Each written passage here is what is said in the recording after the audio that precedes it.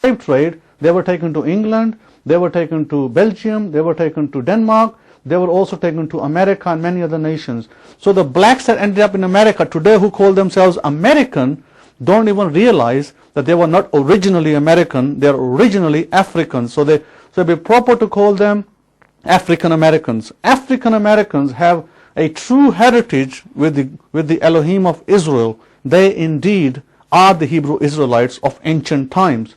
How do we know that? How can I prove that? Very easy.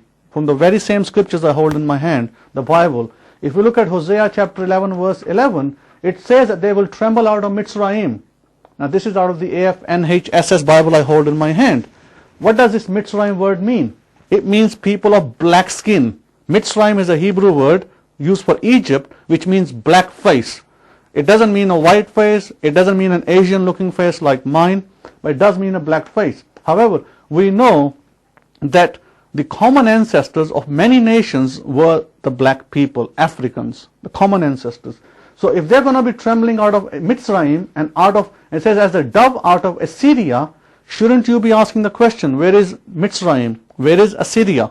Well, if you look here, Assyria is this part of the region where my stick is now, pointing to Iran, pointing to Iraq, pointing to Turkey, pointing to Arabia. These were the regions, and also going further east towards India, Pakistan. We have to understand that these were the regions that were occupied by the Assyrians, and they were ruling these regions. Well, if they are coming out of those regions alongside the west, and Mitzrayim, we know Mitzrayim is here. If we look at Egypt here, we know that it is directly not only west but south of Israel, southwest. We have Libya southwest, Algeria west. We have Mauritania. So we have Nigeria, we have Mali, we have Sudan. We have all these nations that are sitting west of Israel, and then the next nation that is west of Israel here is Spain. Spain, you know, that had a large number of Sephardic Jews. So they were also part of the Israelites. And the other parts of western lands, Brazil. Brazil has a large number of Hebrew Israelites. We have America. America has a large number, and even Canada has Hebrew Israelites. But these Canada and United States of America are the further western lands. Immediate west to Israel is Africa.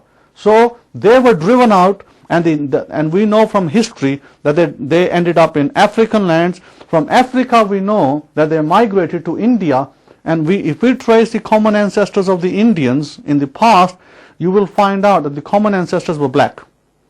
The one common ancestor was black. And the other thing is, even in China, even as distant as China here in the east, the common ancestor to the Chinese, who today are yellow, was actually a black man.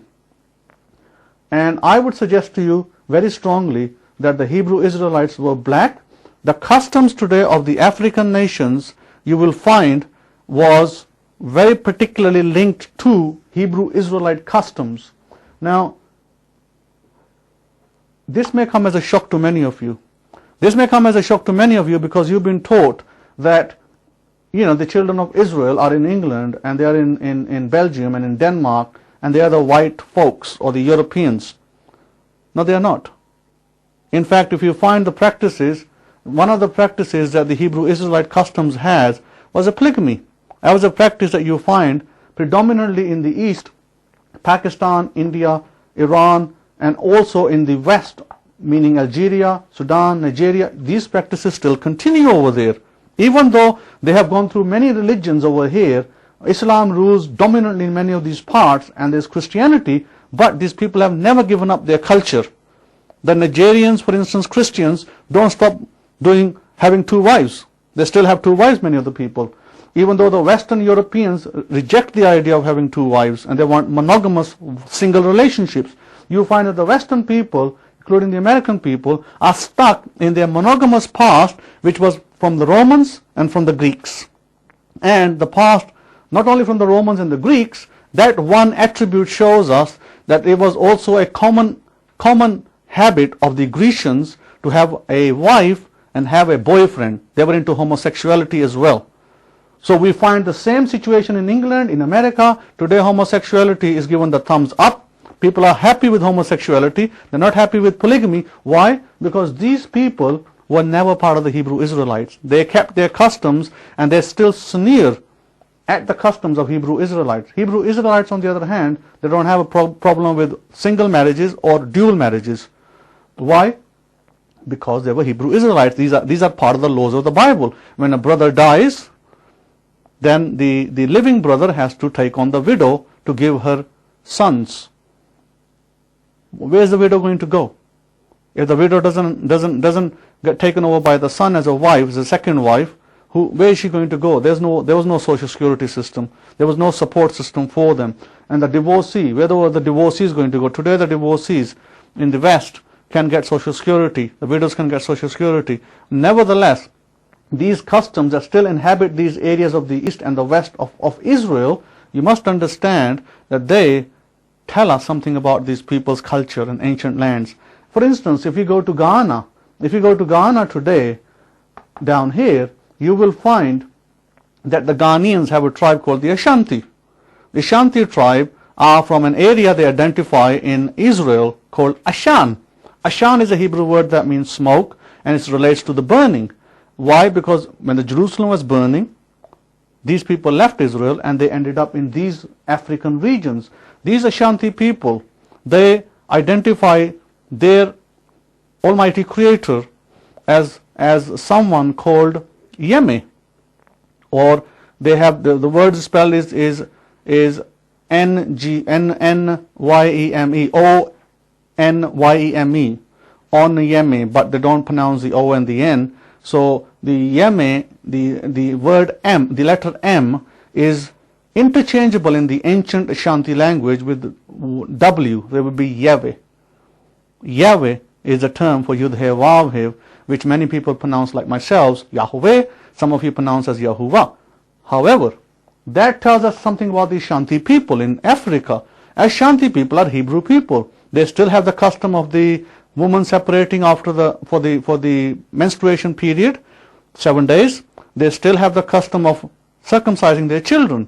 But show me these customs in the Americans. Show me these customs in the British people. You won't find them. They don't exist.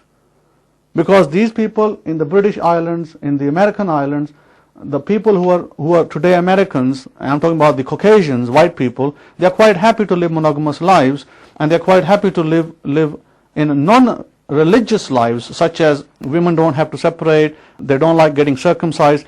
These were Hebrew customs, and these customs are despised in the West. Yet these customs are not despised in the East, in Pakistan, in Iran, in all these other countries.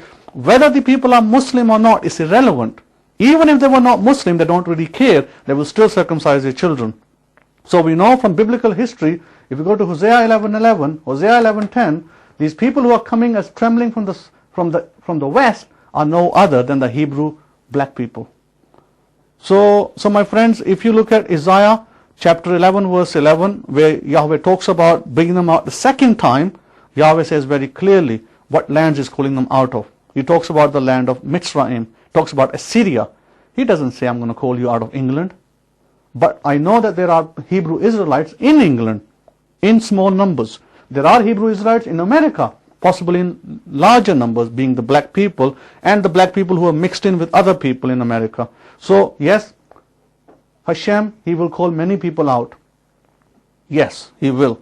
But the original Hebrew Israelites are black people. Yehoshua, our master, commanded us in Matthew chapter 15 verse 24, says, go and seek the lost sheep, the prostituting sheep of the house of Israel. If we are not doing that today, then our being in Christianity or whatever religion we want to call ourselves in is a waste of time. Our goal and our mission is to go and teach Torah and reconcile those people back to the Elohim of Israel here.